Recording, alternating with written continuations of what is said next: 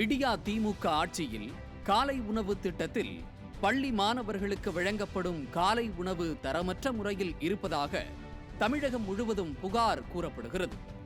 இதனை உறுதி செய்வது போல கள்ளக்குறிச்சி மாவட்டம் ரிஷிவந்தியம் அருகே நிகழ்ந்திருக்கும் சம்பவம் பதைபதைப்பை ஏற்படுத்தியிருக்கிறது.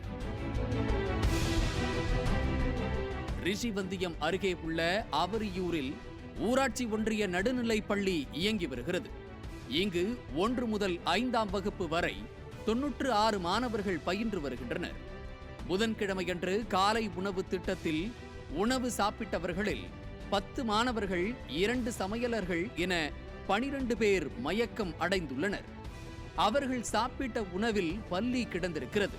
இதையடுத்து 12 பேரும் கள்ளக்குறிச்சி அரசு மருத்துவக் கல்லூரி மருத்துவமனைக்கு சிகிச்சைக்கு கொண்டு செல்லப்பட்டனர். பள்ளி மாணவர்கள் காலை உணவு உண்டு மயக்கமடைந்த சம்பவத்தால் பள்ளியில் பரபரப்பு காணப்பட்டது. காவல்துறையினரும் கல்வித்துறையினரும் பள்ளிக்கு வந்து விசாரணையில் ஈடுபட்டனர். இதனிடையே அரசு மருத்துவமனைக்கு சிகிச்சைக்கு கொண்டு செல்லப்பட்ட மாணவர்களின் உடல் நலன் குறித்து செய்தி சேகரிக்க சென்ற செய்தியாளர்களை பார்வையிட அனுமதிக்காமல் பணியில் இருந்த மருத்துவர் வெளியில் தள்ளி கதவை சாத்தியதோடு பாதுகாவலரை வரச் சொல்லி செய்தியாளர்களை வெளியே அனுப்புமாறு கூறியது செய்தியாளர்களிடையே அதிருப்தியை ஏற்படுத்தியது.